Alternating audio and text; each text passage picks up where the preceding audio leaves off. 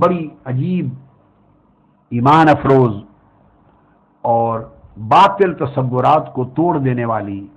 اور غلط مفروضوں کا پردہ چاک کر دینے والی ایک آگے عبارت آ رہی ہے جو علامہ شیخ مفید کی عبارت ہے. معروف مجتہد ہیں شیعہ مکتب فکر کے، بہت بڑے نامور عالم اور مجتہد. ان کی کتاب ہے ارشاد شیخ مفید، صفحہ 99، باب فی طلب رسول اللہ بدوات و کتف. وہ حدیث کرتاس کے حوالے سے کہ آقا علیہ السلام نے طلب کیا کہ میرے پاس قلم دوات لاؤ، لکھنے کے لیے کوئی چیز لاؤ اور قلم دوات لاؤ. وہ باب قائم کیا ہے شیخ المفید نے، مجتہد شیعہ. اور اس ارشاد شیخ مفید کے صفحہ 99 پر ایک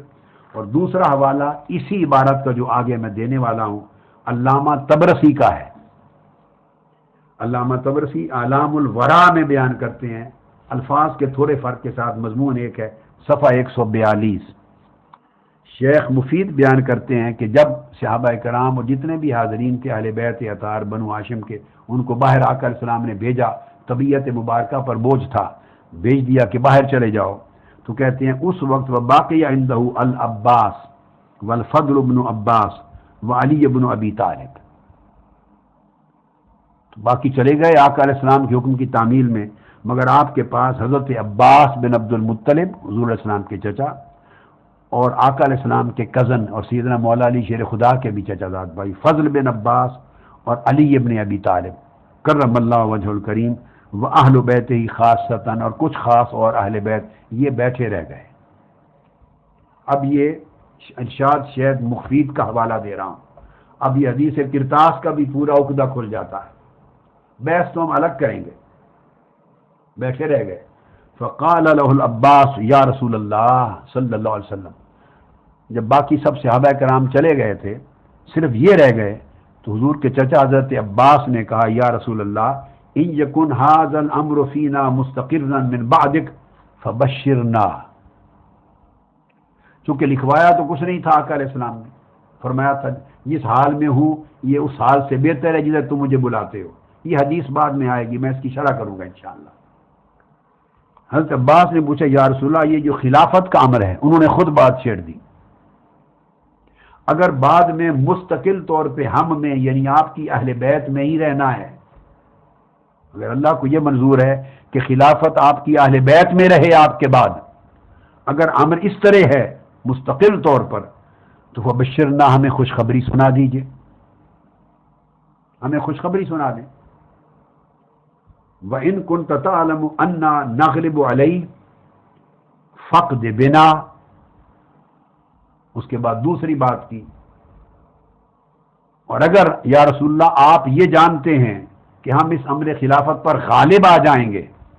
اس کے امور کو ہم سنبھال لیں گے اور مضبوطی سے غالب آ جائیں گے اس پر، تو فقد بنا پھر ہمارے حق میں فیصلہ کر دیجئے. یہ کوشش کی، فیصلہ کر دیجئے. فقال انتم المستضعفون من بعدی واصمت فناہد القوم. فرمایا تم غالب نہیں آ سکو گے اس ان امور پر، تم کمزور رہو گے. یہ شیعہ کتاب کا حوالہ دے رہا ہوں، ارشاد شیخ مفید، اہل سنت کا نہیں ہے، ان کے کلمات ہیں. پھر اس کے بعد آقا علیہ الصلوۃ والسلام نے جب یہ بات سنی کہ تم مغلوب رہو گے، کمزور رہو گے، اور آپ نے فیصلہ ان کے حق میں نہ کیا، یہ کہہ کر آقا علیہ السلام پھر خاموش ہو گئے. فناہد القوم یبکون، یہ کہہ کر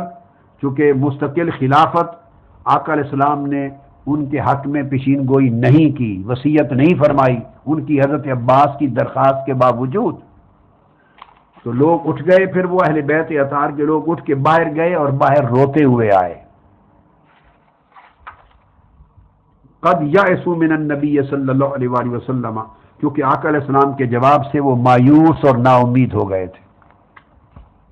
حضرت عباس نے چاہا کہ ہمارے حق میں وصیت ہو جائے، آقا علیہ السلام نے فرمایا یہ ممکن نہیں ہوگا، تم مغلوب رہو گے. میں اس پر بحث نہیں کرتا مغلوب رہنے کا معنی کیا ہے، جو کہ عبارت شیعہ کتب کی ہے، اہل سنت نے تو یہ بات کی نہیں، ان کی روایتوں میں یہ بات نہیں ہے.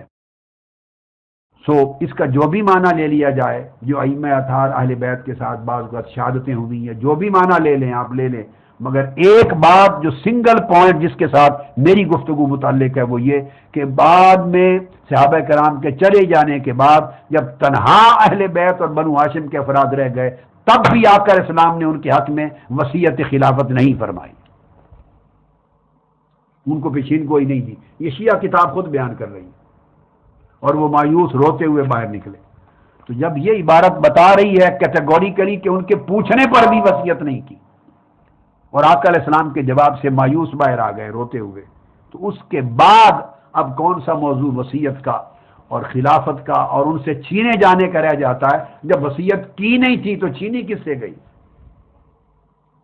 جب منسوخ نہیں تھی، وصیت ہی نہیں کی تھی، تو کس سے چھینی گئی؟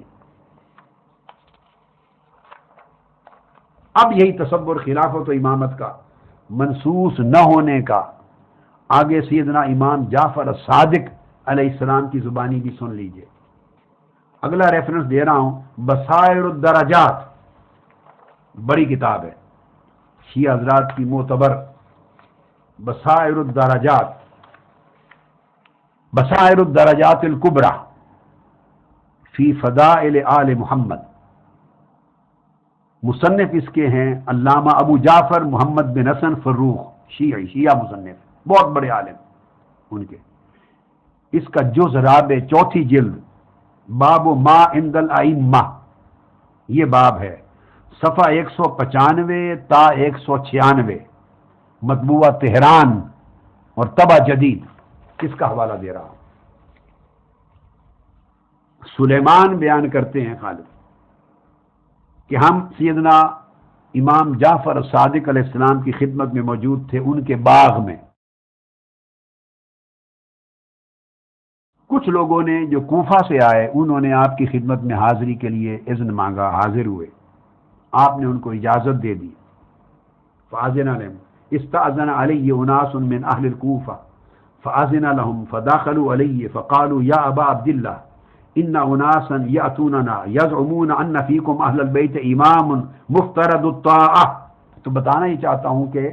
ان کے اماموں کے زمانے میں بصرہ، کوفہ، شام، دور دراز رہنے والے جو شیعان علی تھے، ان کے زمانے میں روایتیں گھڑتے تھے، ان کے دور میں گھڑتے تھے، اور جن کو موقع ملاقات کا، مدینہ طیبہ آنے کا، ائمہ اطہار سے ملنے کا نہیں ہوا ہوتا تھا، ان کے ہاں وہ روایتیں رواج پا جاتی، وہ سمجھتے یہ عقیدہ ہے، یہ امام نے فرمایا ہے، وہی روایتیں بعد میں کتابوں میں درج ہو گئیں۔ اب کچھ راویان اللہ ان کا بھلا کرے، انہوں نے جہاں رد کیا ائمہ اطہار والے بیت میں، وہ روایتیں بھی آ گئی ہیں، اس سے آج آپ کی حقیقت کھل گئی ہے۔ وہ کہنے لگے کوفہ سے آنے والے لوگ کہ ہمارے ہاں کچھ لوگ یہ گمان کرتے ہیں، کچھ لوگ یزعمون کہ آپ اہل بیت کے اندر ایک شخص امام ہے، یعنی مقرر ہے، معمور من اللہ ہے، اور اس کی اطاعت مخلوق پر فرض ہے۔ اہل کوفہ میں ہمارے کچھ لوگ یہ گمان کرتے ہیں۔ وہ پوچھنے کے لیے آئے، فقال ما عارف ذلک فی اہل بیتی۔ اب امام جعفر الصادق علیہ السلام نے فرمایا کہ وہ جو کہتے ہیں کہ ہماری اہل بیت میں کوئی ایک شخص امام ہوتا ہے اور اس کی اطاعت امت پر واجب ہے اور فرض ہے، کہتے میں تو ایسے کسی شخص کو نہیں جانتا۔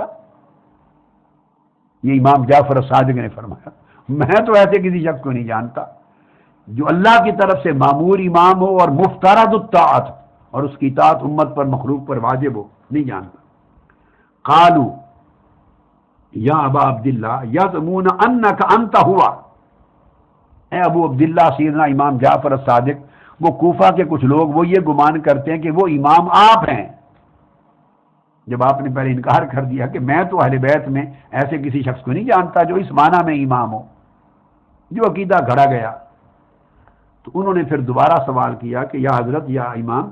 وہ لوگ گمان کرتے ہیں کہ وہ امام آپ ہی ہیں۔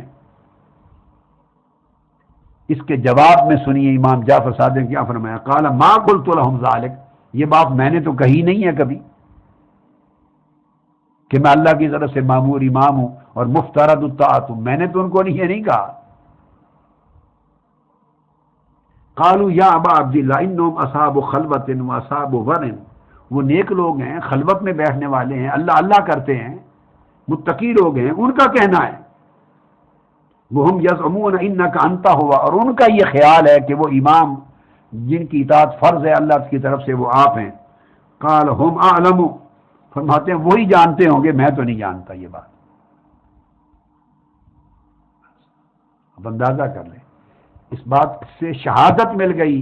کہ امام جعفر صادق علیہ السلام کے ہاں بھی یہ عقیدہ نہیں تھا، کنسیپٹ ہی نہیں تھا، مگر ان کے زمانے میں کوفہ اور ان علاقوں میں جو شیعان علی تھے انہوں نے یہ گاڑ رکھا تھا، ان کی طرف منسوب تھا۔ اس وفد نے آ کے یہ بات پٹ کی، آپ نے رد کر دی۔ اب وہی خیالات جو کتابیں لکھی گئیں وہ اماموں کی طرف، انہوں نے بھی یہ کہتے تھے نا کہ امام نے کہا، امام نے کہا، وہ روایتوں کی شکل میں کتابوں میں درج ہو گئیں۔ اب کس نے جا کر امام جعفر صادق سے براہ راست پوچھا ہے؟ کس نے امام محمد الباقر سے پوچھنا ہے؟ کس نے امام کا موسیٰ کاظم سے پوچھنا ہے؟ کس نے امام زین العابدین سے جا کے پوچھا ہے؟ اس طرح موضوع روایات کتابوں میں داخل ہوئی۔ قالوا فلما رأوه انہم قد اخذبوه، جب انہوں نے یہ باتیں کی اور محسوس کیا کہ وہ بار بار کہہ رہے ہیں کہ وہ امام آپ ہیں اور آپ کہہ رہے ہیں کہ نہیں مجھے تو نہیں پتا، نہ میں نے کہا، جب انہوں نے دیکھا کہ آپ ناراض ہو گئے ہیں اس بات پر، فخرجوا، پھر وہ نکل کے چلے گئے، آپ ناراض ہو گئے۔ یہ حوالہ میں نے آپ کو بصائر الدرجات الکبریٰ کا پورے ریفرنس کے ساتھ آپ کو پیش کیا۔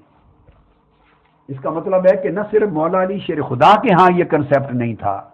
وصیت کے ساتھ مفترض من اللہ، معمور من اللہ، مبعوث من اللہ، امام منصوص اور وسیع، امام وسیع، ایسا کوئی مولا علی شیر خدا کے ہاں بھی نہیں تھا۔ ان کے پرپوتے امام محمد الباقر، ان امام حسن کے ہاں ہوتا تو تب بھی ان کو پہنچتا، امام حسین کے ہاں نہیں تھا، امام زین العابدین کے ہاں نہیں تھا، امام محمد الباقر کے ہاں نہیں تھا، یہ امام جعفر الصادق فرما رہے ہیں، امام الائمہ، انہیں بھی کوئی یہ عقیدہ ان کا نہیں تھا، اور فرماتے تھے کہ ہم نے یہ بات ایسی نہیں کی، ہماری طرف منسوب کی جاتی کہ خلافت راشدہ معاذ اللہ غصب کی ہوئی خلافت ہے اور ناحق ہے اور باطل ہے۔ یہ کنسیپٹ بھی ظلم ہے کہنا، اور یہ مولا علی شیر خدا کے اپنی عقیدہ کے خلاف ہے۔ اس لیے کہ اب جو میں ریفرنس کوٹ کر رہا ہوں وہ پھر نہج البلاغہ سے ہے۔ مولا علی شیر خدا کا عقیدہ یہ تھا کہ سیدنا ابو بکر صدیق ہوں یا سیدنا فاروق اعظم رضی اللہ تعالیٰ عنہ، ان کی خلافت نہ صرف خلافت راشدہ ہے بلکہ ان کی خلافت وہ خلافت حقہ ہے جس کے قائم ہونے کا وعدہ خود اللہ تعالیٰ نے قرآن میں کیا تھا۔ وہ ان کی خلافتوں کو قرآنی خلافت مانتے تھے، قرآنی خلافت مانتے تھے مولا علی شیر خدا۔ اب مولا علی شیر خدا ان کی خلافت کو وعدہ الہیہ کی تکمیل اور وعدہ الہیہ کا مظہر قرآنی خلافت مانیں،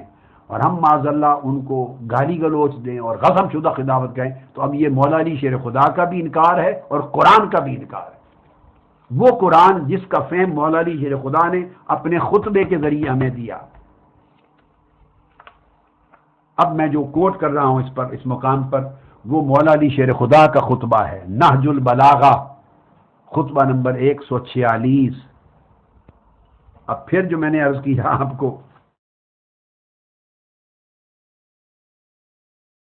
کہ چونکہ الگ ہوتے ہیں، میں نے جو حوالہ دیا یہ عربی مطبوعات ہیں اور ایران کے مطبوعات ہیں، مگر پاکستانی جو طبع ہے خطبہ یعنی نہج البلاغہ کی کتاب جو پاکستان میں چھپی ہوئی ہے مفتی جعفر حسین صاحب کے ترجمے کے ساتھ، اس میں یہ خطبہ نمبر 144 ہے، اور عربی اور ایران کے جو مطبوعات ہیں اس میں خطبہ نمبر 146 صفحہ 203، اور یہ حوالہ مطبوعہ جو دے رہا ہوں بیروت سے، اور پاکستان کی مطبوعہ مفتی جعفر حسین صاحب جو شیعہ عالم ہیں بہت بڑے،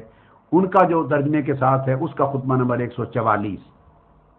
اور صفحہ نمبر 384۔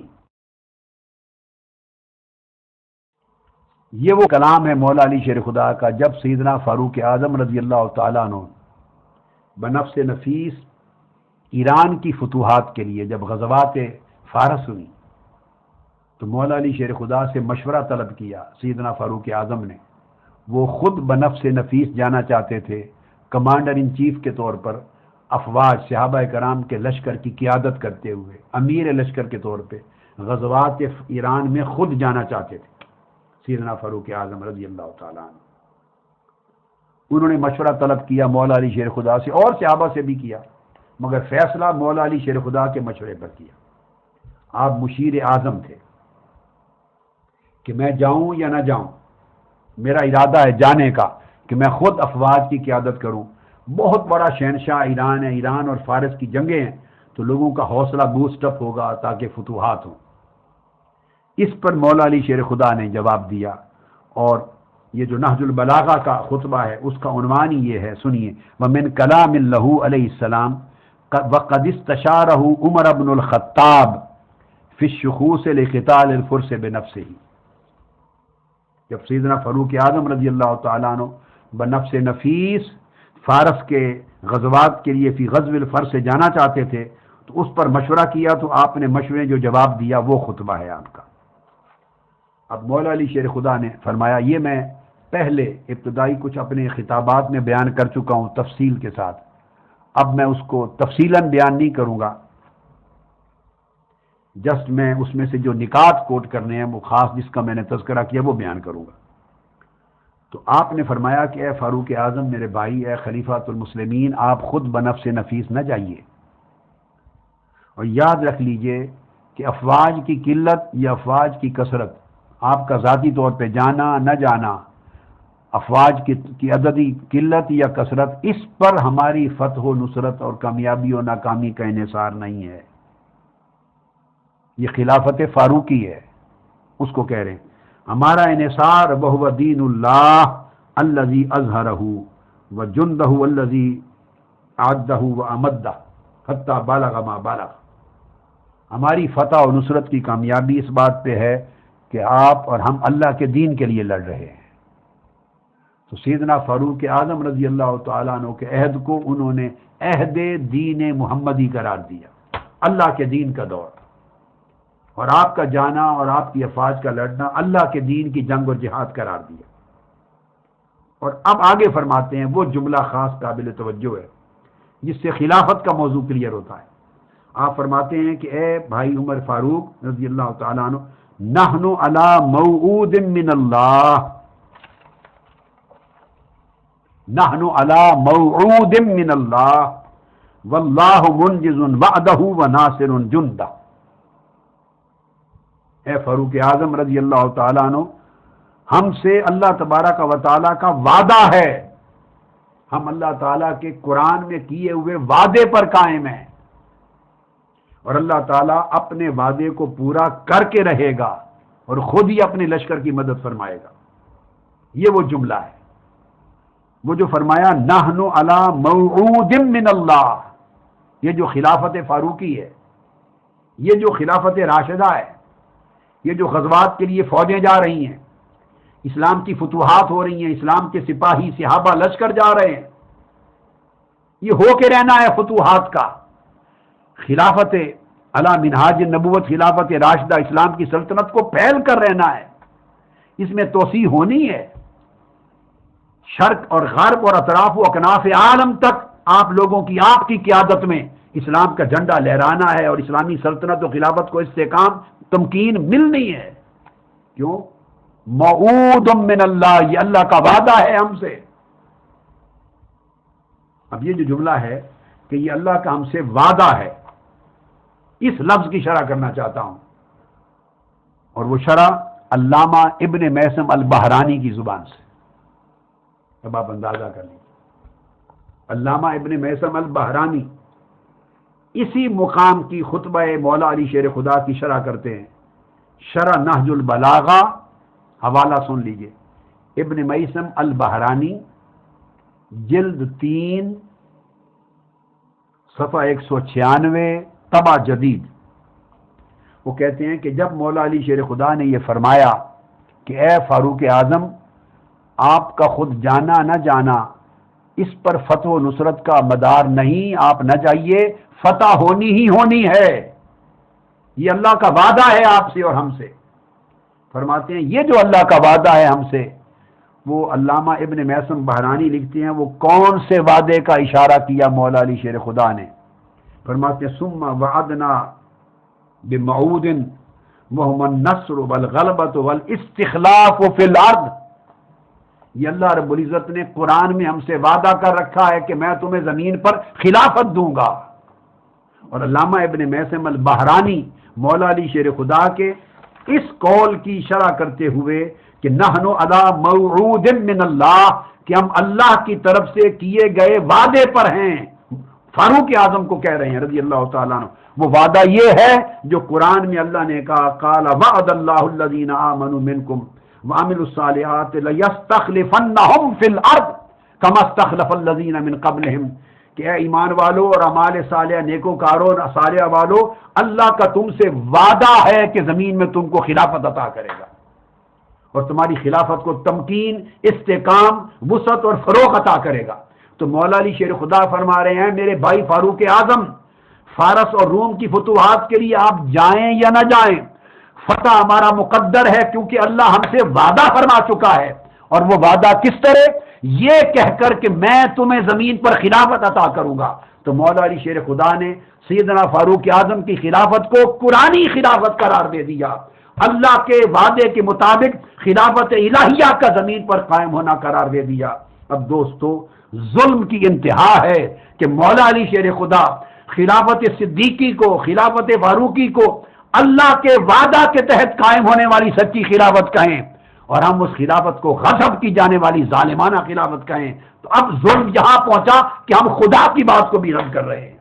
قرآن کو بھی رد کر رہے ہیں، مولا علی شیر خدا کے وعدے کو بھی رد کر رہے ہیں، جس کو وہ وعدہ الہی کا اطلاق خلافت فاروقی پر کرتے ہیں۔ وعدہ الہی لیستخلفنہم فی الارض، اللہ تمہیں زمین پر خلافت عطا کرے گا، تمہیں زمین پر خلیفہ بنائے گا۔ تو وہ ابو بکر صدیق کا زمین پر خلیفہ بننا اللہ کے وعدے کا ایفا ہے، فاروق اعظم کی خلافت اللہ کے وعدے کا ایفا ہے، اور پوری خلافت راشدہ وعدہ الہیہ کا قرآنی ایفا ہے۔ یہ مولا علی شیر خدا کا عقیدہ، جس کو جلیل القدر شیعہ علماء محققین نے بیان کیا شرح نہج البلاغہ۔ اور پھر اس وجہ سے مولا علی شیر خدا نے پھر سیدنا فاروق اعظم کو کہا کہ اللہ اپنے وعدے کو پورا کرے گا اور آپ نہ جائیے، چونکہ آپ کا مقام مکان القیم بالامر ہے، کہ آپ قیم بالامر ہیں۔ اور پھر فرمایا فکن قطبا واستبد الرحا بالعرب، آپ خود نہ جائیں بلکہ قطب کے طور پہ مدینہ میں رہیں۔ تو مولا علی شیر خدا نے سیدنا فاروق اعظم کو قطب اسلام قرار دیا ہے، آپ قطب ہیں۔ لوگوں کو ارد گرد گھمائیے، تجربہ کار لوگوں کو بھیجیے، اچھے سپاہیوں کو بھیجیے، اور آپ فرماتے ہیں کہ آپ ان لوگوں کو بھیجیے جو تجربہ رکھتے ہیں، مگر خود نہ جائیے، کون قطب بن کے رہیے۔ تو مولا علی شیر خدا جن کو قطب بن کے رہنے کا کہیں، جن کو قیم بالامر کہیں، جن کو نظام اسلام کہیں، جن کی خلافت کو وعدہ الہیہ کہیں اور اللہ کی عطا کردہ خلافت کہیں، تو ان کو ہم غاصب اور ظالم کہیں، تو آپ اندازہ خود اپنے مقام کا تعین کریں کہ آپ اپنے آپ کو کس مقام پہ لے جا رہے ہیں۔ تو گویا وہ خلافت راشدہ کو سیدنا علی شیر خدا نے قائم اور دائم خلافت راشدہ قرار دیا، سچی خلافت قرار دیا۔ اسی طرح قرآن مجید نے جہاں سورہ مائدہ میں ارشاد فرمایا رکوع 12 میں، یا ایھا الذین آمنوا من یرتد منکم عن دینہ فسوف یأتی اللہ بقوم یحبہم ویحبونہ، اے لوگو اگر تم اللہ کے دین سے پھر گئے، مرتد ہو گئے، تو اللہ تمہارے صفائے کے لیے ایسے لوگوں کو لائے گا جن سے اللہ خود محبت کرتا ہوگا، وہ اللہ کے محبوب بھی ہوں گے، اللہ کے محب بھی ہوں گے۔ یہ جو آیت کریمہ ہے جس میں اللہ پاک نے فرمایا کہ اگر تم دین سے پھر گئے تو اللہ اپنے محبوبوں کو تسلط دے گا، اپنے محبوبوں کو حکومت دے گا، اور اپنے محبوب بندوں کے ذریعے تمہارا صفایا کرائے گا۔ اس آیت کریمہ کی تفسیر علامہ طبرسی جلیل القدر مفسر شیعہ حضرات کے اپنی تفسیر مجمع البیان میں جلد 2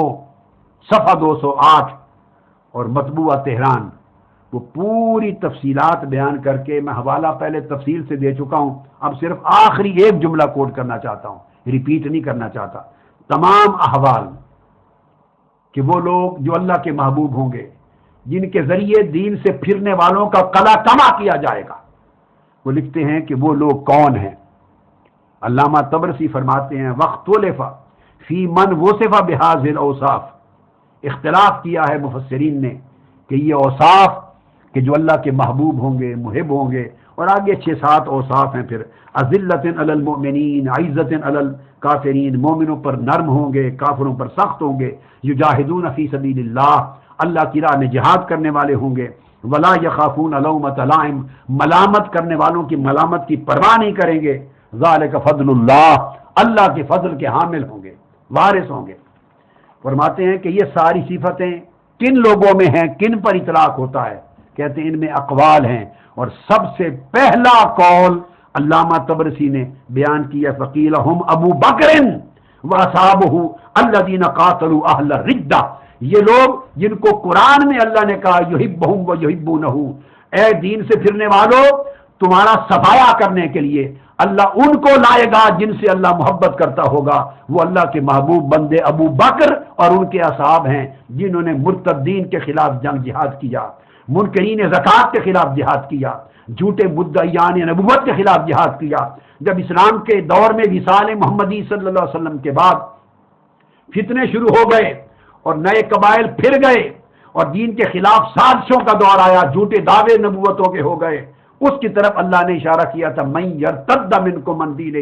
تو ان کا صفایا کرنے کے لیے اللہ نے ابوبکر صدیق کی خلافت کو منتخب کیا اور تمام صحابہ کرام بشمول خلفائے راشدین. تو فرماتے ہیں علامہ طبرسی کہ قرآن کی اس آیت کریمہ کا اطلاق کہ اللہ کے محبوب بندے، جب ابو بکر اور صحابہ محبوب بندے تھے تو ان کی خلافت بھی خدا کی محبوب خلافت ہوئی،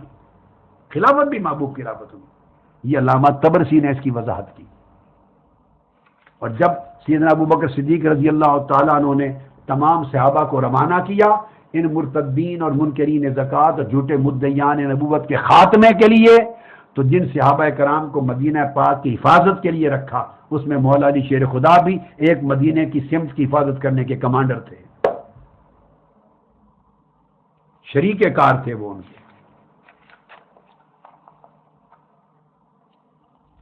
اس کے بعد آگے پھر ایک اور امپورٹنٹ ریفرنس ہے اور وہ کتاب ہے روضۃ الصفا. روضۃ الصفا فارسی کتاب ہے، شیعہ حضرات کی بہت بڑی اہم معتبر کتاب. اس روضۃ الصفا کی جلد دوم صفحہ 432 ذکر بیعت امیر المؤمنین، مولا علی شیر خدا کی بیعت کا بیان ہے. اس باب میں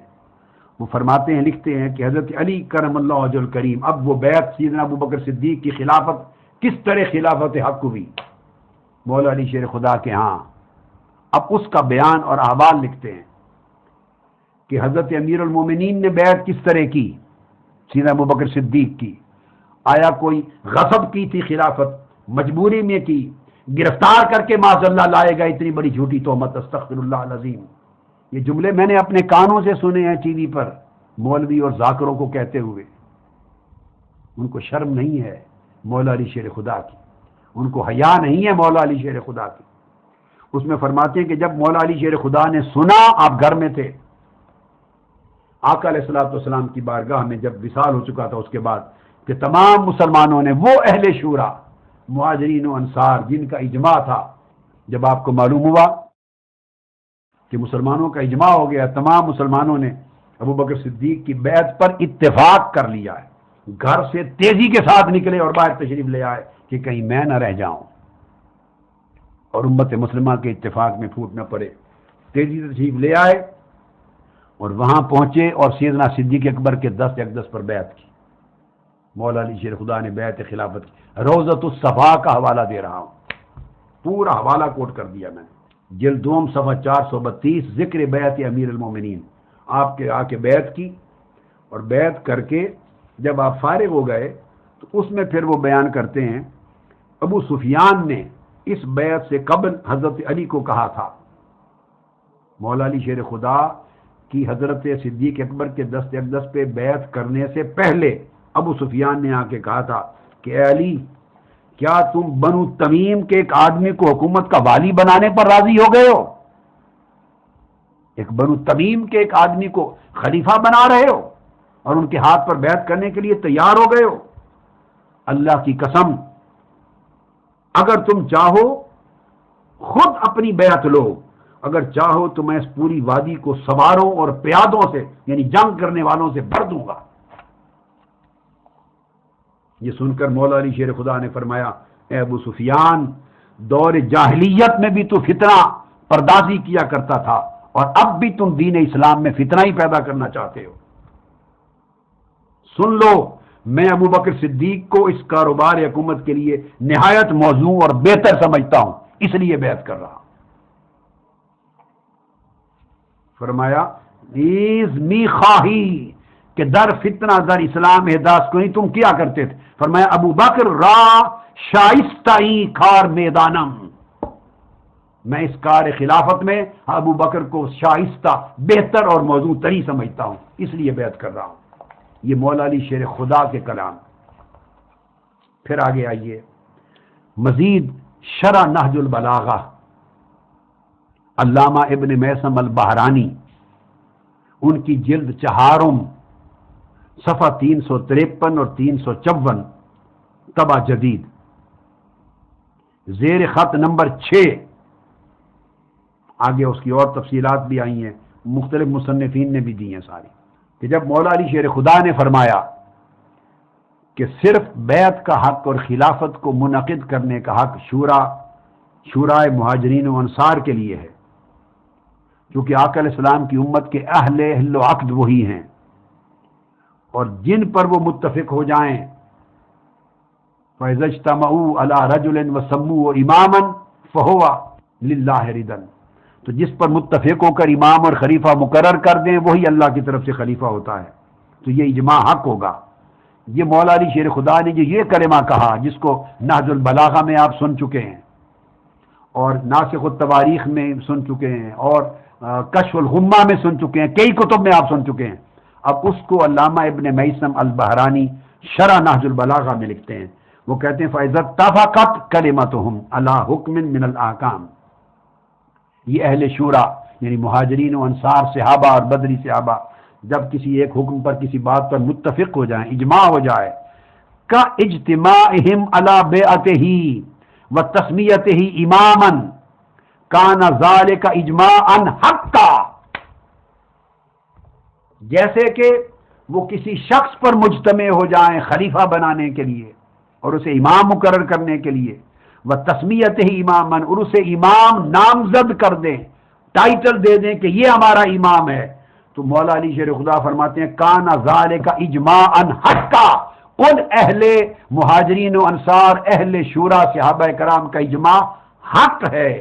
ہو رضی اللہ، اور اسی پر اللہ کی رضا ہے، اے مردی لہو و سبیل المؤمنین الذین یجب اتباعہ، یہ ابن المیثم البحرانی کی عبارت مولا علی شیر خدا کے کلمہ کی توضیح میں فرمایا، وہ اللہ کی رضا ہے، وہ اجماع حق ہے، وہی امام اللہ کی طرف سے حق ہے، اور اس لیے کہ وہی مومنوں کا راستہ ہے، اور مومنوں کی اکثریت اجماع سے جو راستہ اپنا لے اس کی پیروی کرنا واجب ہو جاتا ہے، اس کی پیروی واجب ہو جاتی ہے۔ اور یہ تمام صحابہ مہاجرین و انصار اور بدری صحابہ جو شورا میں تھے، یہ جس طرح سیدنا ابو بکر صدیق کی خلافت پر مجتمع رہے، اسی طرح عہد فاروقی میں خلافت پر مجتمع رہے، اسی طرح عہد عثمانی میں خلافت عثمانی پر مجتمع رہے، اب یاد رکھ لیں اسی طرح وہ خلافت علوی پر، مولا علی شیر خدا کی خلافت حقہ پر مجتمع رہے۔ بعض لوگوں کا یہ کہنا معاذ اللہ کہ سارے دین سے پھر گئے تھے، مرتد ہو گئے تھے، استغفر اللہ، معاذ اللہ استغفر اللہ، منافق نکلے، اور محدود 10-11 لوگ صحابی سچے رہ گئے، کتنی غلط بیانی، اور تاجدار کائنات کے صحابہ اور آپ کے غلاموں پر کتنی بڑی تہمت ہے۔ اس کا رد ایک بہت بڑے عظیم ریفرنس سے آگے کر رہا ہوں، وہ یہ کہ وہ جس طرح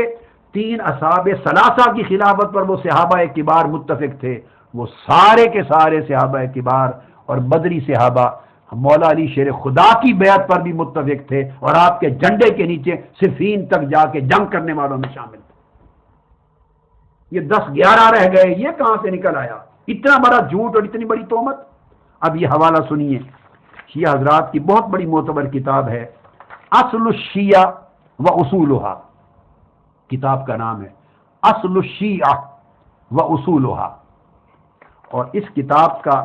صفحہ نمبر 115 تذکرہ ہے صرف القوم الخلافہ عن علی، ایک باب ہے، مطبوعہ قاہرہ طبع جدید صفحہ 115، اصل الشیعہ و اصولہا، بہت بڑی نامور کتاب اصولی، اس میں وہ تفصیل بیان کر کے ریلیونٹ حصہ میں صرف بیان کرنا چاہتا ہوں۔ وہ کہتے ہیں کہ جب صفین کا واقعہ آ گیا تو مولا علی شیر خدا کے زمانہ تک انضم بقیت الصحابۃ الی علی حتی قتل اکثرهم تحت رایتہ وکان معه من عظماء اصحاب النبی 80 رجلا کلهم بدری وقبی۔ جب صفین کی جنگ تک نوبت آئی تو کہتے ہیں کہ تمام کے تمام صحابہ کرام اس دن تک مولا علی شیر خدا کے ساتھ تھے، اور ان کی بیعت مولا علی شیر خدا کے ہاتھ پہ تھی، وہ مولا علی شیر خدا کی خلافت کے ساتھ تھے، اور اکثریت صحابہ کرام کی جلیل القدر ساری علی شیر خدا کے لشکر میں تھی۔ اور کہتے ہیں کہ حتیٰ کہ اس وقت کل 80 بدری صحابہ زندہ تھے، بدری صحابہ میں سے 80 زندہ تھے۔ فرماتے ہیں سارے 80 کے 80 بدری صحابہ مولا علی شیر خدا کے ساتھ آپ کا جھنڈا خلافت اٹھا کر جنگ لڑنے والے تھے۔ وَكَانَ مَعَهُ مِنْ عُظَمَاءِ اصحاب النبی 80 رجلا کلهم بدری، سارے بدری 80 صحابہ کبار جو مہاجرین و انصار کی شورا والے بھی تھے اور بدری تھے، وہ سارے مولا علی شیر خدا کے ساتھ تھے۔ ان میں عمار بن یاسر بھی تھے، حضرت خزیمہ بھی تھے، ذی الشہادتین حضرت ابو ایوب انصاری بھی تھے، اور نظراءہم تمام کے تمام، حتیٰ کہ وہ مولا علی شیر خدا کے ساتھ شہید ہوئے۔ وہ ولما قتل علی، جب وہ شہید ہو گئے اور امر حکومت حضرت معاویہ کو منتقل ہو گیا، یہاں پر الامام الاکبر آل کاشف الغطا لکھتے ہیں اس وقت انقضا دور الخلفاء الراشدین، مولا علی شیر خدا کی شہادت پر جا کر خلفاء راشدین کا دور ختم ہو گیا۔ وہ اصل الشیعہ میں لکھتے ہیں خلفاء راشدین تھے، سچے تھے، سچے تھے، حق تھے، راشد تھے، ہادی تھے، مہدی تھے۔ یہ تو شیعہ حضرات کے ائمہ کا جنہیں امام الاکبر کہتے ہیں، یہ ان کی عبارتیں ہیں۔ آج ان کو خلفاء غاصبین کہا جائے، منافقین کہا جائے، مرتدین کہا جائے، خارجین کہا جائے، کہاں یہ بد عقیدگی اور کہاں یہ عبارتیں کہ کہاں مولا علی شیر خدا کی شہادت پر دور خلفاء راشدین ختم ہوا، ہدایت یافتہ خلفاء کا دور ختم ہوا۔ یہ عقیدے تھے اس وقت کے۔ صفحہ 115 میں نے کوٹ کیا، اور مطبوعہ قاہرہ طبع جدید پورا۔ تو اس کا مطلب یہ ہے کہ وہ خلفاء ثلاثہ تینوں کو بشمول مولا علی شیر خدا، ان کو خلفاء راشدین کہا جاتا تھا۔ اب آگے بڑی اہم چیز، یہی کتاب جو نہج البلاغہ ہے، اس کی بہت ساری شروع ہیں، جیسے میں نے کہا ابن ابو الحدید کی شرح ہے، 20 جلدوں میں شرح نہج البلاغہ، ابن میثم البحرانی کی شرح ہے غالباً 40 یا کتنی جلدوں میں، بہت بڑی۔ علی نقی فیض الاسلام کی مختصر ہے، اس طرح ایک شرح ہے بہت بڑی تاریخی، الدرۃ النجفیہ، اس کا بھی قدیم نسخہ ہے۔ میں نے اپنی اوائل نوجوانی کے زمانے میں جب نہج البلاغہ پڑھی تھی تو درۃ النجفیہ کے ساتھ اور علی نقی فیض الاسلام کی شرح کے ساتھ پڑھی تھی۔ یہ 68-70 کی بات بتا رہا ہوں۔ اب الدرۃ النجفیہ کا حوالہ بڑا امپورٹنٹ، وہ سنیے کس طرح مولا علی شیر خدا ان کے ساتھ راضی تھے اور ان کی اقتداء تھے، پر قائم تھے۔ اب درۃ النجفیہ میں بیان کرتے ہیں، شرح نہج البلاغہ میں، اور قدیم نسخہ ہے درۃ النجفیہ کا، وہ بھی اپنا قدیمی مکتبہ قادریہ کا نسخہ ہے قدیم۔ لکھتے ہیں فلما اشتد بہ المرض، بڑی اہم چیز ہے، توجہ طلب، امر ابا بکر ان یصلی بالناس، جب آقا علیہ الصلوۃ والسلام کی مرض الوفات میں شدت ہو گئی تو آپ نے حضرت ابو بکر صدیق رضی اللہ تعالیٰ عنہ کو حکم دیا کہ نماز پڑھائیں۔ آج یہ بھی ہے، چونکہ اتہامات کا دور ہے، تہمتوں کا دور ہے، تو آج یہ بات بھی کہی جاتی ہے کہ حضور علیہ السلام نے وہ صحیح بخاری کی وہ ساری روایات 14 مقامات پر حدیثیں آئی ہیں کہ آقا علیہ السلام نے فرمایا حضرت عائشہ صدیقہ کو، اور تنہا وہ نہیں، کئی اور صحابہ کرام بھی راوی ہیں کہ مرو ابا بکر فلیصلی بالناس، ابو بکر کو بلاؤ، لے جاؤ اور اسے کہے کہ لوگوں کی امامت کرائے، نماز کی امامت کرائے۔ اب بتانا چاہتا ہوں کہ یہ صرف بخاری، مسلم، ابو داؤد، ترمذی اور سیاہ ستہ اہل سنت کی کتب حدیث کی روایت نہیں ہے، یہ اہل تشیع کی ہاں بھی متفق علیہ روایت ہے۔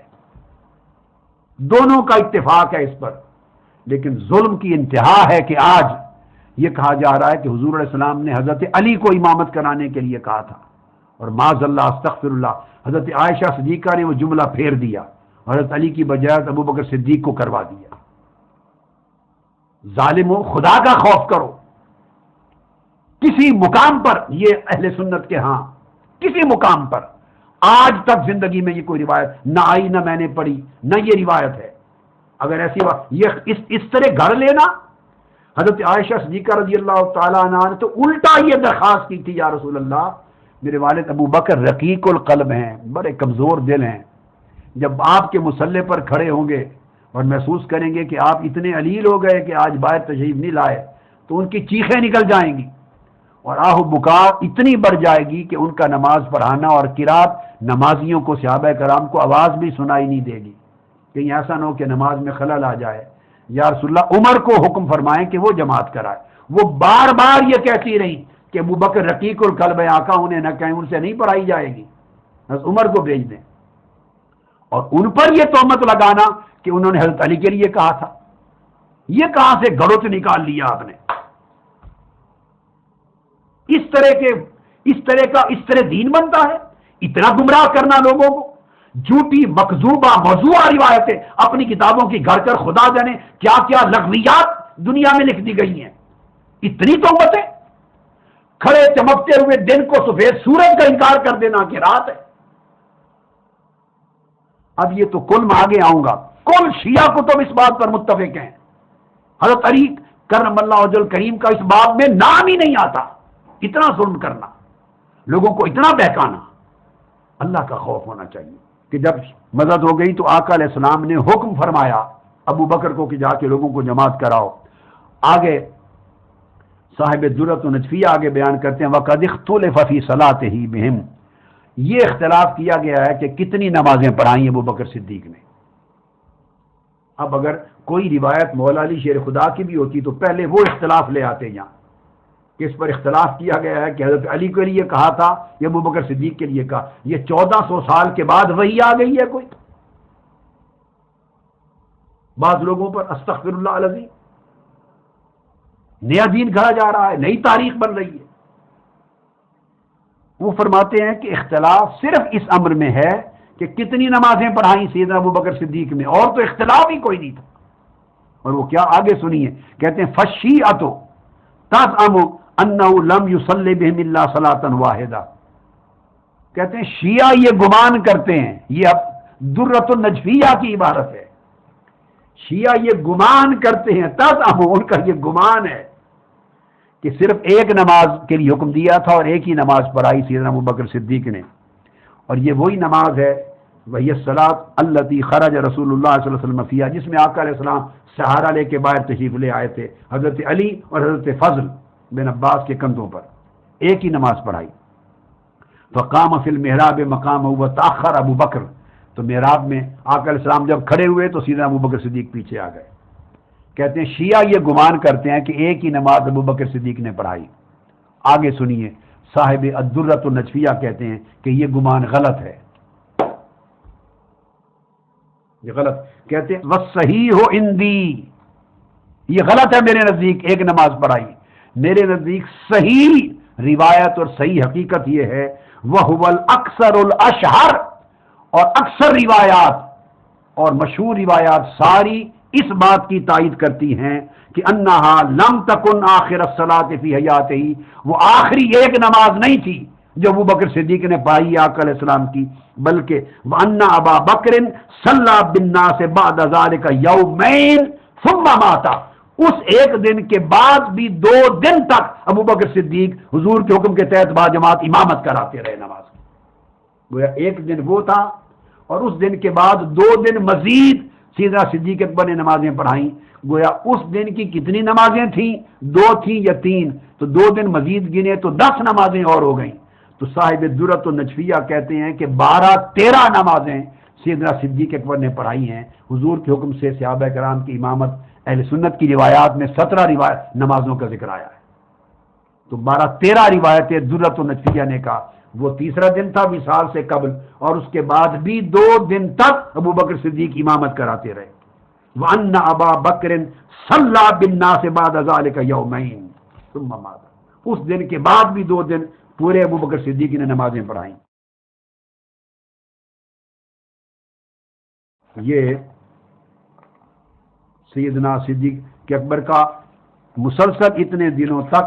نمازیں پڑھانا یہ ایک متفقہ امر ہو گیا بین السنت والشیعہ۔ پھر علامہ ابن میثم اسی شرح نہج البلاغہ جلد 4 صفحہ 362 میں بیان کرتے ہیں، زیر مکتوب نمبر 9، سیدنا مولا علی شیر خدا کے خط نمبر 9 کے تحت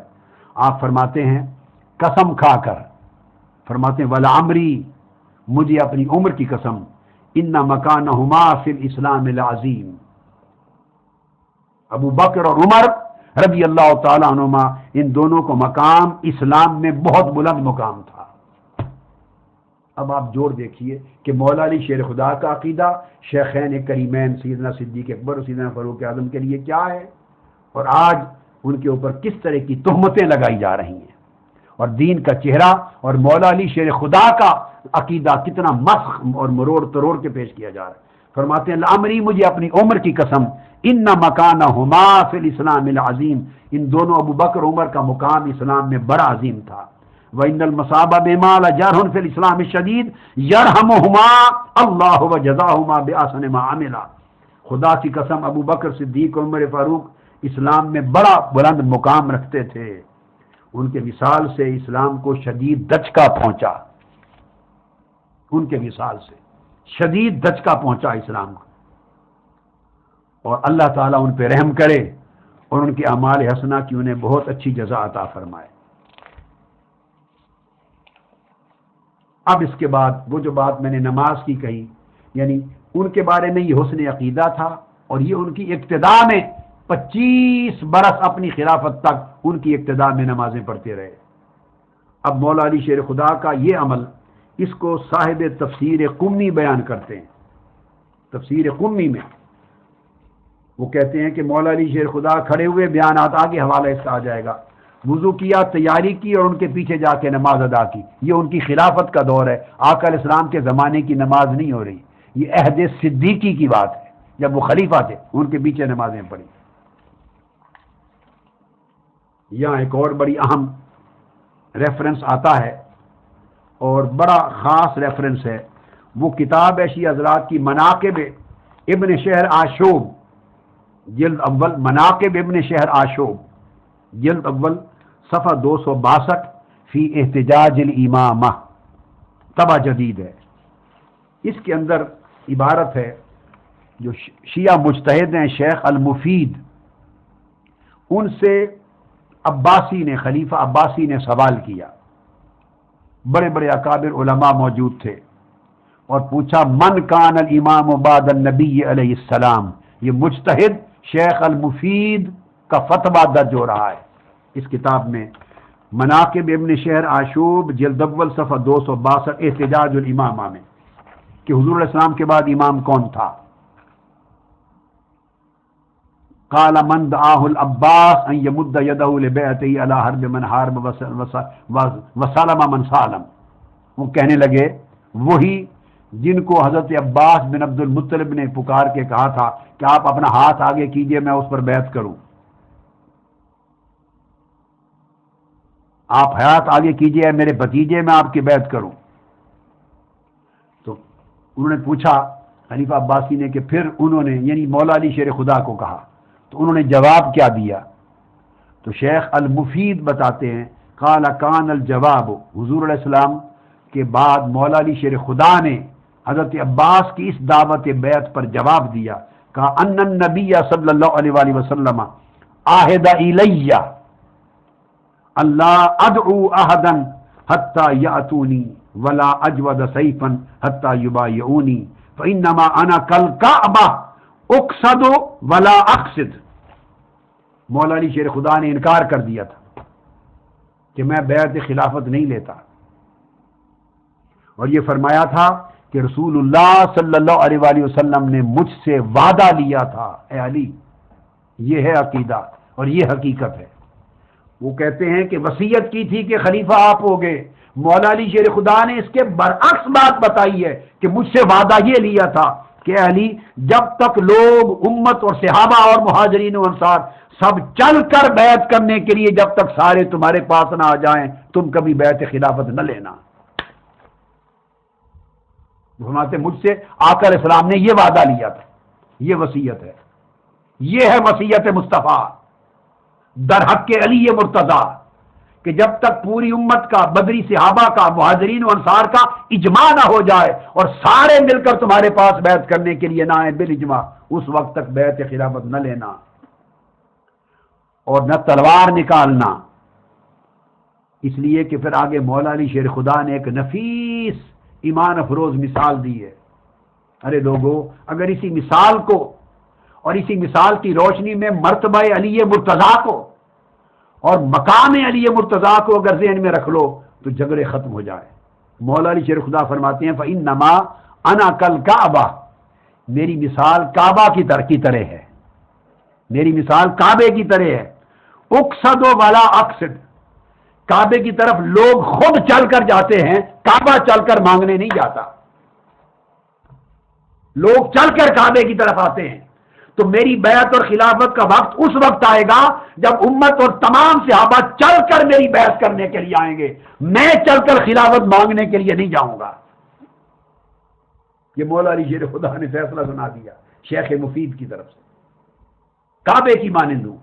لوگ جب سب صحابہ، کل مہاجرین، کل انصار، کل بدری صحابہ جب اجماع امت کا چل کر میرے پاس آئے گا بیعت کرنے کے لیے،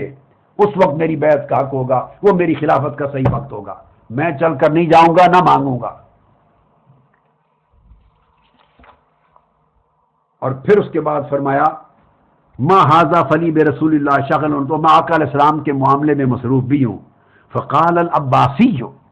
خلیفہ عباسی نے سوال کیا شیخ مفید سے کہ پھر یہ بتائیں اے مجتہد شیخ مفید، کان العباس اذن علی خطأ فی دعائہ الی البیعہ، اس کا مطلب ہے کہ حضرت عباس ابن مطلب نے جو ان سے کہا کہ میں آپ کے ہاتھ پہ بیعت کرتا ہوں تو گویا انہوں نے خطا کی، ان کا کہنا غلط تھا۔ حضرت عباس کا حضرت علی کو کہنا کہ میں بیعت کرتا ہوں آپ کی، ہاتھ بڑھائیے، تو گویا حضرت عباس کا کہنا غلط تھا۔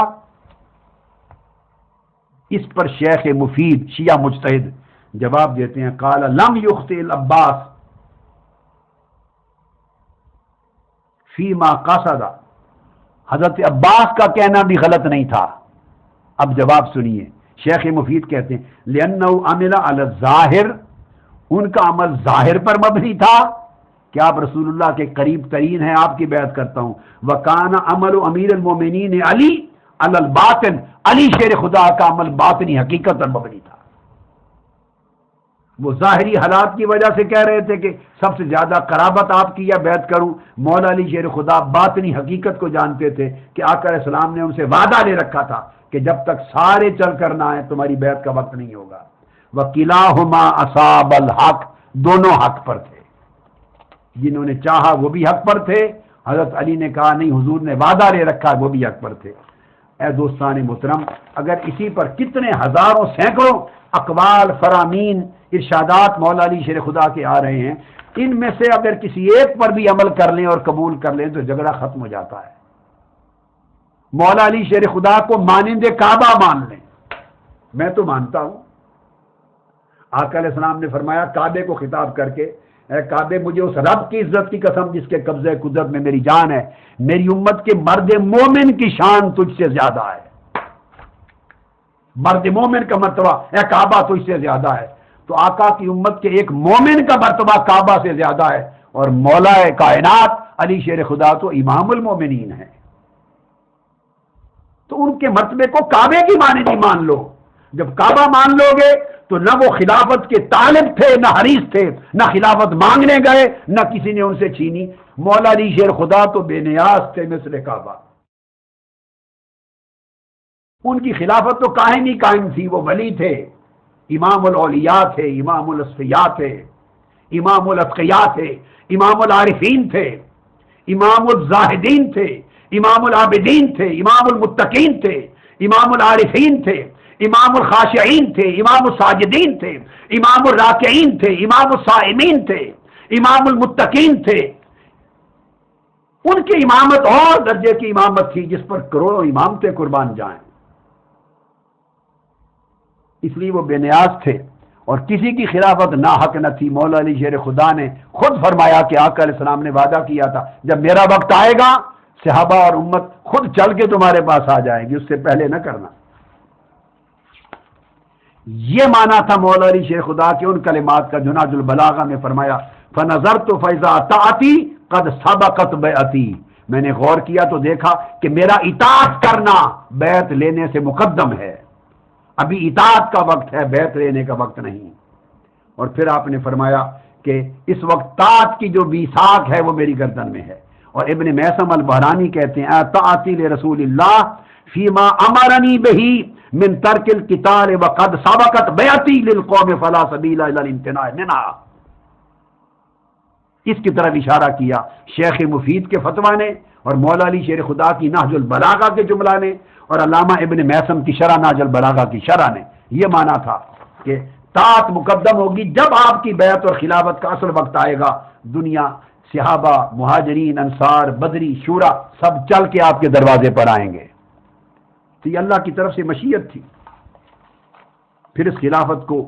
صحابہ کرام اور خلفائے ثلاثہ کی خلافت کو مولا علی شیر خدا پھر اور دعاؤں کے ساتھ حق قرار دیتے ہیں۔ اب پھر نہج البلاغہ کوٹ کر رہا ہوں، پھر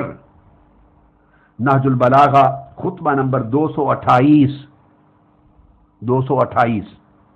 خطبہ نمبر، مطبوعہ جدید بیروت، چھوٹے سائز کا مطبوعہ، اس سے حوالہ دے رہا ہوں۔ مولا علی شیر خدا سیدنا فاروق اعظم رضی اللہ تعالیٰ عنہ کی خلافت کی شان بیان کرتے فرماتے ہیں للہ بلاد فلان،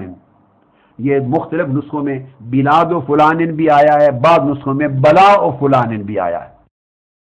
جزائے خیر دے اللہ، ان کی خدمات کو قبول کرے اور ان کے شہروں کو اللہ برکت دے۔ دو الگ لفظ آئے، وَلَقَدْ قَوَّمَ الْعَوَدْ وَدَاوَ الْعَمَدْ، لفظ سنیے مولا علی شیر خدا کو سیدنا فاروق اعظم کی شان بیان کر رہے ہیں۔ وَأَقَامَ السُّنَّةَ وَخَلَفَ الْفِتْنَةَ ذَهَبَ نَقِيَّ الصَّوْبِ قَلِيلَ الْعَيْبِ أَصَابَ خَيْرَهَا وَسَبَقَ شَرَّهَا أَدَّى إِلَى اللَّهِ طَاعَتَهُ وَاتَّقَاهُ بِحَقِّهِ۔ مولا علی شیر خدا نے فرمایا، اور یاد رکھ لیں اس میں چونکہ لفظ آئے ہیں کہ بلاد و فلان، فلاں کے شہروں کو اللہ برکت دے، چونکہ ذکر پس منظر میں سیدنا فاروق اعظم کا تھا تو کہا کہ ان کے شہروں کو اللہ برکت دے۔ آج مترجمین نہج البلاغہ کے بعض لوگ، پاکستانی مترجمین پاکستانی، وہ کہتے ہیں کہ اس فلاں سے مراد سیدنا عمر فاروق نہیں ہیں۔ یہ جو کہا کہ اللہ ان کے شہروں کو برکت دے، وہ ان سے مراد فاروق اعظم نہیں ہے۔ یہ بھی لوگوں کو دھوکہ دینے کی بات ہے۔ تمام کتب مجتہد علی نقی فیض الاسلام نے شرح میں بھی لکھا ہے کہ شہر فلان سے مراد شہر عمر بن الخطاب رضی اللہ تعالی عنہ۔ اٹھا لیجئے شرح نہج البلاغہ علی نقی فیض الاسلام خطبہ نمبر 219، علامہ علی نقی فیض الاسلام فارسی میں لکھتے ہیں خدا شہر ہائے فلاں اے عمر بن الخطاب را برکت دہد و نگاہ دارد کہ کھجی را راس نمود گمراہان را برا آورد و بیماری را معالجہ کرد۔ اور فرماتے ہیں مردوں میں شہر ہائے را بدی اسلام گردان و سنت را برپا داشت، احکام پیغمبر را اجرا نمود و تباہ کاری را پشت۔ آپ آگے بیان کرتے ہیں کہ اللہ عمر آپ کے شہروں اور سلطنت اور خلافت کو اللہ برکت دے، اس لیے کہ آپ نے ساری برکتیں دے کہ آپ نے ساری کجی راستوں کو سیدھے راستے پر لگا دیا، بیماریوں کا علاج کر دیا اور شہر شہر میں اسلام کو مضبوط اور نافذ کر دیا اور پیغمبر کی سنت کو قائم اور نفاذ کر دیا پیغمبر کی سنت کا، اور شر بھگا دیا اور خیر میں آگے بڑھ گئے۔ اور اللہ سلامت رکھے برکتیں دے، جب دنیا سے رخصت ہوئے تو تمہارا جامع پاک تھا، کم عیبوں کے ساتھ گئے، پاک جامع تجیب تن کر کے گئے، اے پاک اور طاہر ہو کر گئے، اور اللہ کی اطاعت بجا لائی، حق ادا کیا اللہ کے حضور تقویٰ کا، اور خلافت کا حق ادا کرنے کو آپ نے پورا کر دیا۔ یہ مولا علی شیر خدا نہج البلاغہ میں بیان فرما رہے ہیں، خطبہ نمبر 228 اور 219 بھی علی نقی فیض الاسلام کے نسخہ میں خطبہ نمبر 219 ہے، اور بیروت کے 228 ہے، اور یہ میں نے علی نقی فیض الاسلام کے ترجمہ اور شرح کے ساتھ بیان کی۔ پھر مولا علی شیر خدا، آپ اس سے اندازہ کریں، یہ اگر خلافتیں غصب شدہ تھیں، جبر اور ظلم کے نتیجے میں بنی تھی، تو مولا علی شیر خدا یہاں 10 جملوں پر دعائیں دے رہے ہیں، ان کی عظمتیں بیان کر رہے ہیں، اور ان کے وصال کے بعد، اور کہہ رہے ہیں کہ پاک دامن دنیا سے رخصت ہوئے، تقویٰ کا حق ادا کر دیا، اللہ کی اطاعت کا حق ادا کر دیا، اور خلافت کو پورے حق کے ساتھ ادا کیا، شر مٹا دیا، خیر کو مقدم کیا، اللہ کے دین کو مستحکم کیا، اور حضور کی سنت کو اس زمین پر ثابت کیا اور نافذ کیا۔ یہ مولا علی شیر خدا کی خلافت کی شان ہے۔ اب پھر نہج البلاغہ کا ایک اور حوالہ عرض کر دوں، آگے نہج البلاغہ کا مولا علی شیر خدا کا فرمان ہے، فرمودہ نمبر 459، فرمودہ نمبر 459 مولا علی شیر خدا کا نہج البلاغہ کا، اس میں آپ فرماتے ہیں وقال علیہ السلام فی کلام اللہ وولیہم والن فاقام واستقام حتی ضرب الدین بجیران۔ مولا علی شیر خدا فرماتے ہیں کہ عمر بن الخطاب رضی اللہ تعالیٰ عنہ نے کہ سیدنا ابو بکر صدیق رضی اللہ تعالیٰ عنہ کے بعد عمر فاروق مسند خلافت اور متمکن ہوئے۔ یہ مولا علی شیر خدا فرما رہے ہیں، ابو بکر صدیق کے بعد عمر فاروق مسند خلافت اور متمکن ہوئے، اور جس نے امر خلافت کو قائم کیا، ووالیہم والن فاقام، اور ثابت قدمی دکھائی، واستقام، امر خلافت کو قائم کیا، ثابت قدمی دکھائی، اور امور خیر کا تسلط قائم کیا، حتیٰ ضرب الدین بجرانہ، حتیٰ کہ دین اللہ کی زمین پر مضبوط ہو گیا، اللہ کی زمین پر دین کو مضبوط کر دیا۔ اب مولا علی شیر خدا کے دور خلافت کو حضرت علی المرتضیٰ اللہ کی زمین پر دین کی مضبوطی کا سبب بیان کر رہے ہیں۔ یہی وجہ ہے کہ مولا علی شیر خدا ان کو خلفائے حق سمجھتے، ان کے ہاتھ پر بیعت کی، ان کے وزراء رہے، ان کے مشیر رہے، سیدنا صدیق اکبر کے دور میں بھی ان کے شریک کار تھے، اور مولا علی شیر خدا عہد فاروقی میں، خلافت فاروقی میں چیف جسٹس تھے، عہد صدیقی میں فاروق اعظم چیف جسٹس تھے، عہد صدیقی میں، اور عہد فاروق اعظم میں سیدنا علی شیر خدا قاضی القضات تھے، چیف جسٹس تھے۔ ہر فیصلہ نزاع سیدنا فاروق اعظم حضرت علی شیر خدا کی طرف بھیجتے، اقضاہم علی ان کے تحت، کہ سب سے بڑا جج علی ہے۔ تو چیف جسٹس جو ہوتا ہے وہ اپنی خلافت کو تسلیم کرتا ہے کانسٹیٹیوشنلی، اس وجہ سے ان کی ابتدا میں نمازیں پڑھتے تھے۔ مولا علی شیر خدا کا 25 سال تک ان کی ابتدا میں نمازیں پڑھتے رہنا ان کی خلافت کو ظاہراً و باطناً حق تسلیم کرنے کی سب سے بڑی دلیل ہے۔ اور تفسیر کمی میں ہے، اب میں وہ تو جھگڑا تھا نا بھی فلاں کو کہا نماز پڑھائیں، شیعہ حضرات کی تفسیر کمی، اس میں آتا ہے ثم قام وتحیّا للصلاۃ وحضر المسجد وصلی خلف ابی بکر رضی اللہ تعالی عنہ۔ حضرت صدیق اکبر کے دور خلافت میں حضرت علی اٹھے، نماز کی تیاری کی، مسجد میں تشریف لائے، اور حضرت ابو بکر صدیق کے پیچھے ان کی اقتداء میں نماز ادا کی، اور عمر بھر سیدنا علی شیر خدا حضرت صدیق اکبر اور سیدنا فاروق اعظم اور سیدنا عثمان غنی ان کی اقتداء میں نمازیں ادا کرتے رہے، تا عمر ادا کرتے رہے، 25 برس اپنی خلافت کے قائم ہونے سے قبل تک۔ اور یہ جو امر ہے یہ طے شدہ ہے، اس امر میں اختلاف کی گنجائش نہیں ہے، کہ چونکہ نمازوں کی بات آ گئی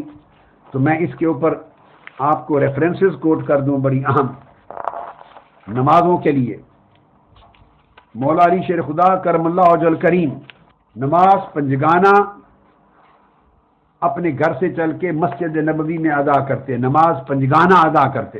اور 5 نمازیں سیدنا صدیق اکبر اور سیدنا فاروق اعظم اور سیدنا عثمان غنی ان کی ابتداء میں پڑھتے۔ اور جیسا کہ میں نے ایک دن پہلے عرض کیا تھا کہ کسی ایک موقع پر آپ کا واپس گھر جا کے نماز کو لوٹانا، اعادہ کرنا ثابت نہیں ہے۔ اب یہ بات بڑی امپورٹنٹ ہے کہ ان کی خلافت کو حق تسلیم کرنے کے لیے 25 برس تک ان کے پیچھے نماز با جماعت ہر روز 5 مرتبہ پڑھنا بہت بڑی دلیل ہے۔ شیعہ حضرات کے ایک نام پر عالم ہے مولوی مقبول احمد دہلوی، ان کا ترجمہ قرآن ہے اور قرآن مجید کے حواشی بھی لکھے ہیں اور ان کا ضمیمہ بھی مطبوعہ ہے۔ اس ضمیمہ کے مطبوعہ صفحہ 45 پر وہ لکھتے ہیں کہ پھر وہ علی شیر خدا اٹھے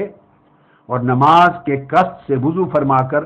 مسجد میں تشریف لائے اور ابو بکر رضی اللہ تعالیٰ عنہ کے پیچھے نماز میں کھڑے ہو گئے۔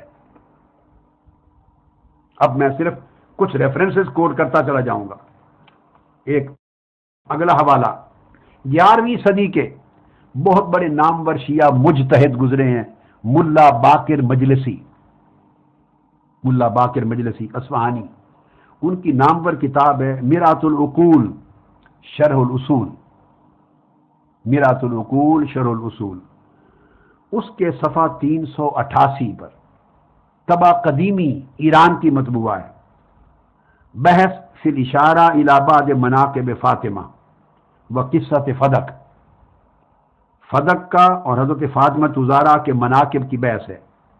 اور اس کتاب کا جو سن طباعت ہے وہ 1321۔ ملا باقر مجلسی لکھتے ہیں اسی طرح صراحت کے ساتھ، سیدنا علی شیر خدا حضر المسجد وصلی خلف ابی بکر، مسجد میں حاضر ہوتے اور سیدنا ابو بکر صدیق کے پیچھے نماز ادا کرتے۔ تفسیر کمی کا حوالہ میں پہلے دے چکا ہوں، تفسیر کمی کا صفحہ 295، 1315 اس کا سن طباعت ہے، علامہ علی بن ابراہیم القمی، اور آیت ہے فآت ذی القربى حقہ، اس آیت کریمہ کی تفسیر میں لکھتے ہیں فآت ذی القربى حقہ، سورہ روم کے تحت۔ اسی طرح شیعہ حضرات کی کتاب احتجاج تبرسی، احتجاج تبرسی، اس کے الفاظ ہیں قام و تحیہ للصلاۃ وحضر المسجد وصلی خلف ابی بکر رضی اللہ تعالیٰ عنہ۔ اب آپ دیکھتے آئیے تمام کتب بالاجماع مولا علی شیر خدا کی ان کے پیچھے نماز ابتدا میں پڑھنے کو بیان کرتی۔ اسی طرح امام الطائفہ شیخ طوسی تلخیص الشافعی میں بیان کرتے ہیں، تلخیص الشافعی، اور ایک بڑا نفیس جملہ لکھتے ہیں، اور وہ کہتے ہیں کہ حضرت علی شیر خدا کا نماز پڑھنا ابو بکر صدیق کے پیچھے ابتدا میں یہ مسلمات سے ہے، اس کا انکار کرنا ہی ناممکن ہے، مسلمات سے ہے۔ تلخیص الشافعی صفحہ 354۔ پھر شیعہ حضرات کی ایک بہت بڑی قدیم کتاب ہے، قدیم ترین کتاب ہے، سب سے پہلے جس نے یہ کئی صحابہ کے مابین جو مشاجرت اور جھگڑوں کے فتنوں کو اچھالا ہے، وہ سلیم بن قیس کی کتاب ہے، کتاب سلیم بن قیس۔ وہ سلیم بن قیس العامری الہلالی الکوفی، قدیم کتاب ہے، وہ مولا علی شیر خدا کی طرف منسوب ایک شاگرد ہے اور پھر اس کا یہ شاگرد ہے، یعنی اس زمانے کے یہ راوی ہیں۔ صفحہ 224 مطبوعہ حیدریہ نجف اشرف عراق میں لکھتے ہیں وَكَانَ عَلِيٌّ علیہ السلام یصلی فی المسجد الصلوات الخمس، مولا علی شیر خدا پورے 25 برس اور 30 برس جو بھی زمانہ تھا بغیر ناغہ کے پنجگانہ نمازیں با جماعت مسجد نبوی میں جا کے ادا کرتے تھے۔ تو طریقہ تھا، جو وقت کا خلیفہ اور امام تھا وہ اقتداء اسی کے پیچھے ہوتی، وہ امامت کراتے۔ جب مولا علی شیر خدا کا دور آ گیا پھر آپ امامت کراتے اور سب صحابہ ان کی اقتداء میں نماز پڑھتے۔ اب یہاں ایک اشتباہ پیدا کرنے کے لیے، مغالطہ ڈالنے کے لیے بات کر دی جاتی ہے کہ معاذ اللہ وہ اقتداء کی نیت نہیں کرتے تھے، اوپر سے دکھانے کے لیے کھڑے ہوتے تھے، صفوں میں پڑھتے تھے، مگر وہ دل سے ان کے پیچھے اقتدائی تو بحاضر امام کے الفاظ نہیں کہتے تھے۔ اس پر جو قابل توجہ بات ہے کہ کتنا بڑا ظلم ہے مولا علی شیر خدا پر یہ تہمت لگانا کہ اگر انہوں نے اقتداء کی نیت ہی نہیں کی اور پیچھے ایسے ہی کھڑے ہو گئے تو پھر واپس آ کے 25 سال میں مولا علی شیر خدا نے کبھی کوئی ایک نماز کا اعادہ نہیں کیا، اعادہ کرنا ثابت نہیں۔ تو اعادہ بھی نہ کریں اور اقتدا بھی نہ کریں تو مولا علی شیر خدا کی نماز کہاں گئی؟ اور اللہ کی نماز کے ساتھ بھی کیا معاذ اللہ اس طرح کا ہوتا ہے عمل؟ تو آج کی گفتگو میں ان ریفرنسز کے ساتھ ختم کرتا ہوں کہ سیدنا علی شیر خدا کے ہاں خلفائے ثلاثہ کی خلافت حقہ تھی، خلافت راشدہ تھی، اور آپ نے ان کو تسلیم کیا اور 25 سال تک ان کی اقتدا کی۔ اسی طرح جو آخری ریفرنس بات کو ختم کرنے کے لیے اب دے رہا ہوں، شیعہ حضرات کی معروف کتاب تلخیص الشافعی، اس کے حوالے میں دے چکا ہوں، تلخیص الشافعی جلد 3 صفحہ 318 مطبوعہ قم ایران۔ اس کے اندر عبارت آتی ہے کہ ایک شخص روایت کرتا ہے، اور اس کو ملا باقر مجلسی نے بھی، جیسا کہ میں نے عرض کیا، مولا علی شیر خدا کے پیچھے نماز پڑھنا اور ساری چیزوں کو بیان کیا۔ اب آپ اپنے وقت میں خطبہ دے رہے ہیں، اور اس کتاب میں بیان ہوتا ہے کہ ایک شخص آپ کی خدمت میں آیا، خطبہ سنا، اور خطبہ سننے کے بعد کہتا ہے قال سمعتہ جاء الی امیر المومنین قال سمعتہ یقول فی الخطبۃ آنفا اللهم اصلح لنا بما اصلحت به الخلفاء الراشدین فمن ہما۔ اس نے پوچھا اے امیر المومنین، ابھی آپ نے خطبہ دیا اور خطبے میں آپ نے یہ ارشاد فرمایا، میں نے سنا کہ اے اللہ تعالی ہم پر اسی طرح رحم فرما اور ہماری اسی طرح اصلاح فرما، اسی طرح رحم فرما، ہماری اسی طرح مہربانی ہمارے اوپر کر جیسے تو نے خلفائے راشدین پر کی۔ اس نے پوچھا یہ خلفائے راشدین کون ہیں؟